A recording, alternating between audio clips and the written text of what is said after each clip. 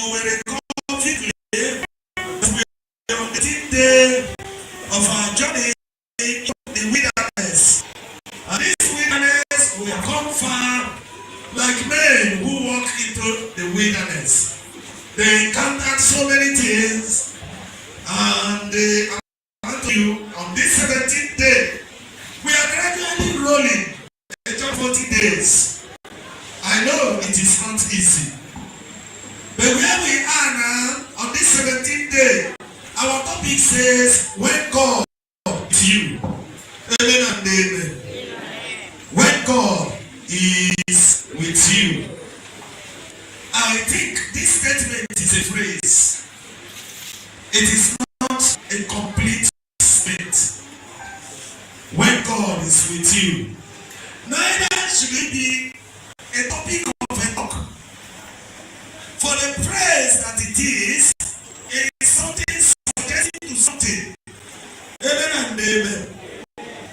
Then when God is with you, that will happen. Amen.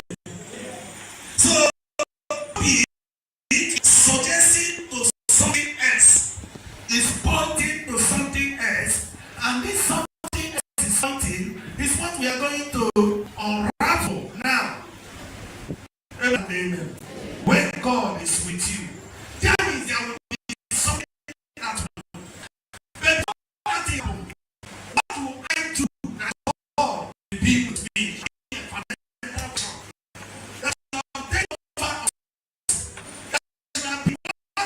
Occupy ourselves. What will I do? God be with me. Then I went God with me. Amen. So, what would you do that God will be with me?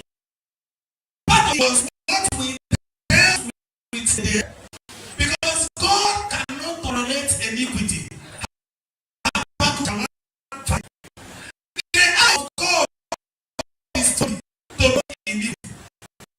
And that is why we are dealing with yesterday as impurity. And if we say impurity and because there are so many things we are thinking that a lot of God has combined us, and that's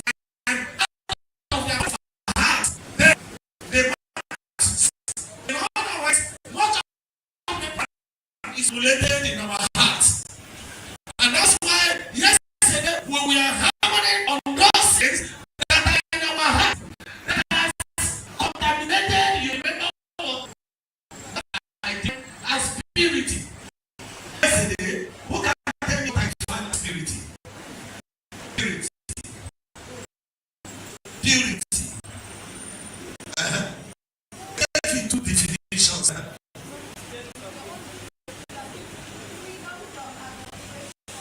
Freedom from adulteration and contamination.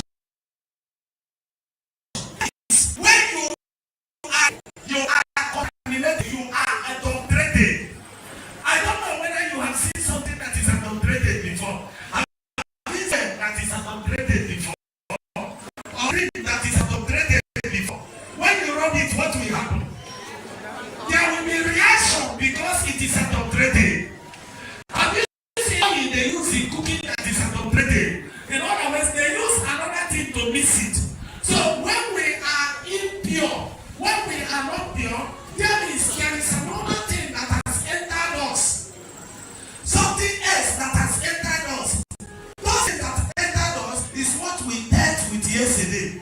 But today, we want to move more of this thing, this talk of yesterday. Because if I say impurity, what I get is that God will be with me. You remember yesterday where we read first, the first quotation. Psalm 24 from verse 3 to 4. Now let us repeat that so that you can get what I'm saying very well. Now, Psalm 24 from verse 3 to 4.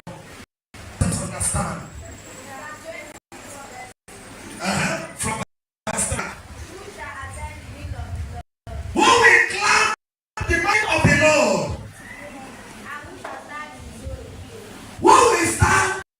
in this holy place? He who has a clean hand and a pure heart.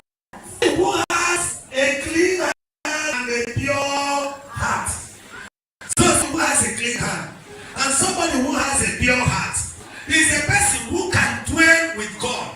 In other words, for God to dwell in you, the number one thing is that you must be pure. So if God must dwell with us, we must be pure. We must resist anything that can make God not to dwell with us. The totality of the journey we are making is that so that God can dwell with us. Amen and amen. So the program of 40 days aimed at God dwelling with us. Because when God dwells with us, then there will be many things that will happen. Have you finished it? Okay, finish. One who does not up his soul to what is false. One who does not lift up his soul to what is false. And does not swear deceitfully. And one who does not swear deceitfully. Who does not swear so as to deceive his neighbor. Some translation will put it like that.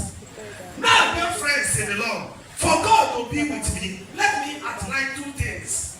Number one is love, and number two is the commandment of God. Let us quickly read.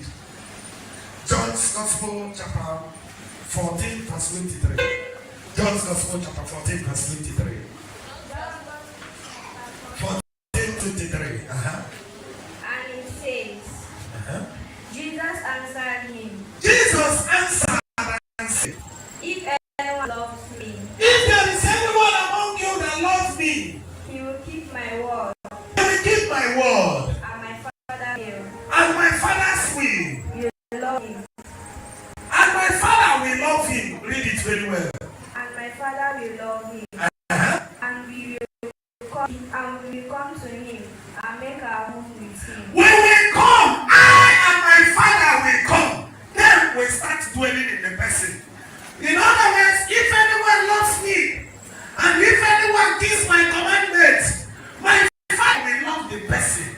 If anyone keeps my word, my Father is going to love this person. And I and my Father will come and dwell in the person. Now, there are two things that come here. Love and what? Love and the commandment of God. So, it's me. I must keep the commandment of God. Amen and amen. And Jesus is the realization of the commandment of God. So, no wonder St. Paul will tell us in Romans chapter 5 verse 5. Let me see. Romans